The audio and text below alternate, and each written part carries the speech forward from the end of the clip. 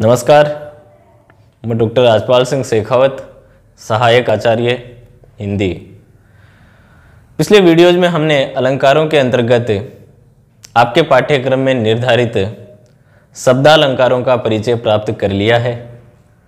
अब हम अर्थालंकारों पर चर्चा करेंगे। अर्थालंकारों के अंतर्गत सबसे पहला अलंकार आता है उपमा। उपमा को सभी अर्थालंकारों का मूल समझना चाहिए। क्यों? कि जब तक हम उपमा अलंकार को सही ढंग से नहीं समझ पाएंगे तब तक आगे के अर्थालंकार हमारे समझ में नहीं आएंगे। उपमा अलंकार, उपमा का शाब्दिक अर्थ होता है समानता या तुलना। जब हम किसी एक वस्तु की तुलना दूसरी वस्तु से करते हैं अथवा एक वस्तु की समानता दूसरी वस्तु से बताते हैं तब वहां उपमा अलंकार होता है। यानी किसी वर्णित वस्तु जो कि प्रस्तुत है, हमारे सामने है, उसकी तुलना उसके गुण, क्रिया, स्वभाव के आधार पर जो है दूसरी वस्तु जो अप्रस्तुत है, जो हमारे सामने नहीं है, उससे उसकी तुलना करते हैं, तब वहां उपमा अलंकार होता है। इसको हम एक उदाहरण से समझते हैं। मुख कमल के समान सुंदर है। मुख की तुलना किससे की जा रही है? कमल से। मुख प्रस्तुत हो गया जो सामने है और उसकी तुलना किससे की जा रही है? कमल से जो अप्रस्तुत है। तुलना उसी से की जाती है जो किसी गुण या स्वभाव में उसके समान हो। यानी उन दोनों में, प्रस्तुत और अप्रस्तुत, पहली वस्तु और दूसरी वस्तु में ऐसा कोई समान धर्म होना चाहिए, ऐसा कोई समान गुण होना चाहिए जिसके आधार पर उसकी तुलना की जाती है। तो मुख सुंदर होता है, कमल भी सुंदर होता है, इसलिए इन दोनों में ये समान धर्म हो गया। इसे कहते हैं साधारण धर्म। यानी इन दोनों में ऐसा कोई साधारण धर्म होना चाहिए जिसके आधार पर उनकी तुलना की जा सके या उनकी समानता दी जा सके। मुख कमल के समान सुंदर है, तो मुख को कमल के समान बताया गया है। किस कारण? उनकी सुंदरता के कारण।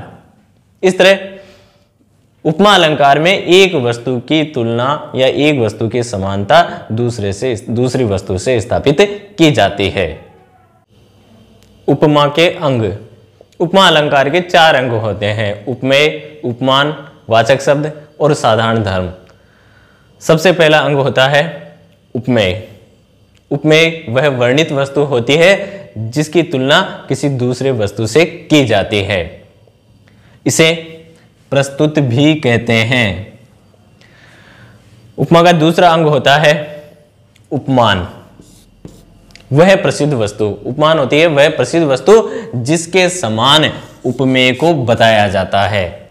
इसे अप्रस्तुत भी कहा जाता है। इस उदाहरण में मुख उपमेय है क्योंकि वर्णित वस्तु है, प्रस्तुत है, सामने है, और कमल उपमान है। क्यों? कि मुख को कमल के समान बताया जा रहा है, उपमेय को उपमान के समान बताया जा रहा है, और ये अप्रस्तुत है, सामने नहीं है। तीसरा अंग होता है वाचक शब्द। वाचक शब्द वह शब्द होता है जिससे उपमेय और उपमान की तुलना की जाती है या समानता बताई जाती है।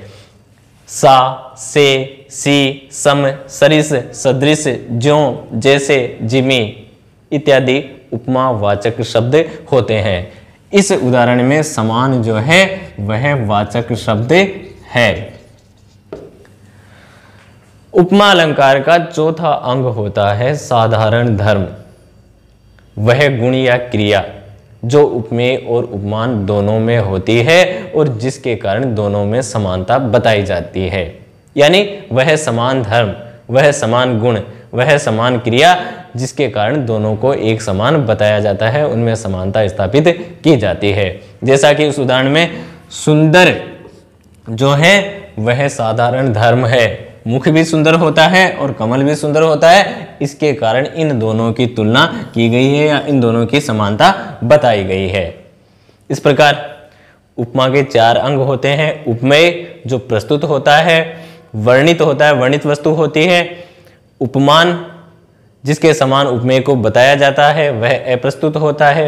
वाचक शब्द जिसके माध्यम से दोनों की समानता स्थापित की जाती है। और साधारण धर्म उन दोनों में समान मिलने वाला गुण। उपमा अलंकार को अब कुछ उदाहरणों से समझते हैं। पहला उदाहरण है, सुनी सुरसरी सम पावन वाणी। वाणी कि मैंने जो है गंगा के समान पवित्र वाणी को सुना। तो वाणी हो गई उपमेय, प्रस्तुत, जिसका वर्णन किया जा रहा है। और इसकी तुलना या समानता किससे दी जा रही है? सुरसरी यानी गंगा से। और ये हो गया उपमान जो कि अप्रस्तुत है। इन दोनों का साधारण धर्म जिसके कारण दोनों में समानता बताई जा रही है वह है पावन। पावन यानी पवित्र, दोनों का गुण है, इसलिए ये हो गया साधारण धर्म। और किसके माध्यम से की जा रही है? सम के माध्यम से। ये हो गया वाचक शब्द। इस तरह वाणी उपमेय है, सुरसरी यानी गंगा उपमान है, सम वाचक शब्द है और पावन यानी पवित्र इसमें साधारण धर्म है। इसी तरह एक और उदाहरण है, पीपर पात सरिस मन डोला। यानी मन जो है उसकी तुलना पीपल के पत्ते से की गई है कि मन जो है पीपल के पत्ते की तरह डोल रहा है। तो मन जो हुआ वह वर्णित है, प्रस्तुत है, इसलिए हो गया उपमेय। मन की तुलना किससे की जा रही है? समानता किससे दी जा रही है? पीपल के पत्ते से। यह हो गया उपमान। और दोनों का जो स्वभाव है, दोनों का एक गुण है, वह है डोलना, इसलिए यह हो गया साधारण धर्म कि जिस तरह मन डोलता है उसी तरह पीपल का पत्ता भी हवा में स्थिर नहीं रहता, वह भी डोलता है। और इनकी तुलना जिस शब्द से की गई है वह है वाचक शब्द सरिस। इस प्रकार इस उदाहरण में डोला मन हुआ उपमेय, पीपरपात हुआ उपमान, सरिस वाचक शब्द और डोला साधारण धर्म। उपमा के भेद। उपमा अलंकार के मुख्यतः दो भेद होते हैं, पूर्णोपमा और लुप्तोपमा। पूर्णोपमा, जब उपमा अलंकार में उपमेय, उपमान, साधारण धर्म और वाचक शब्द इन चारों अंगों का उल्लेख शब्दों में किया गया हो वहां पूर्णोपमा होती है। जैसा कि इस उदाहरण में मुख कमल के समान सुंदर है। मुख उपमेय हो गया, कमल उपमान हो गया, समान वाचक शब्द हो गया और सुंदर साधारण धर्म हो गया। उपमा के चारों अंग इस उदाहरण में विद्यमान है, इसलिए यहां पूर्णोपमा अलंकार है। उपमा अलंकार का दूसरा भेद है लुप्तोपमा। लुप्तोपमा वहां होती है जहां उपमेय, उपमान, वाचक शब्द और साधारण धर्म इनमें से कोई एक या एक से अधिक अंग का उल्लेख शब्दों में नहीं किया गया हो, वहां लुप्तोपमा अलंकार होता है। जैसा कि इस उदाहरण में मुख कमल जैसा है, इसमें जो साधारण धर्म है सुंदर, वह इसमें नहीं है, तो यहां साधारण लुप्तोपमा हो गया।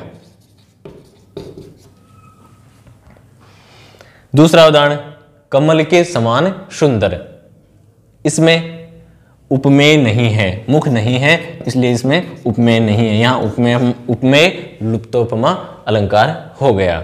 इस तरह उपमा अलंकार के दो प्रमुख भेद हैं, पूर्णोपमा और लुप्तोपमा। पूर्णोपमा में चारों जो अंग है वो शब्दों के रूप में विद्यमान रहते हैं और लुप्तोपमा में उसका कोई एक या एक से अधिक अंग का उल्लेख शब्द में नहीं किया गया हो, शब्दों में नहीं किया गया हो, वहाँ लुप्तोपमा होता है।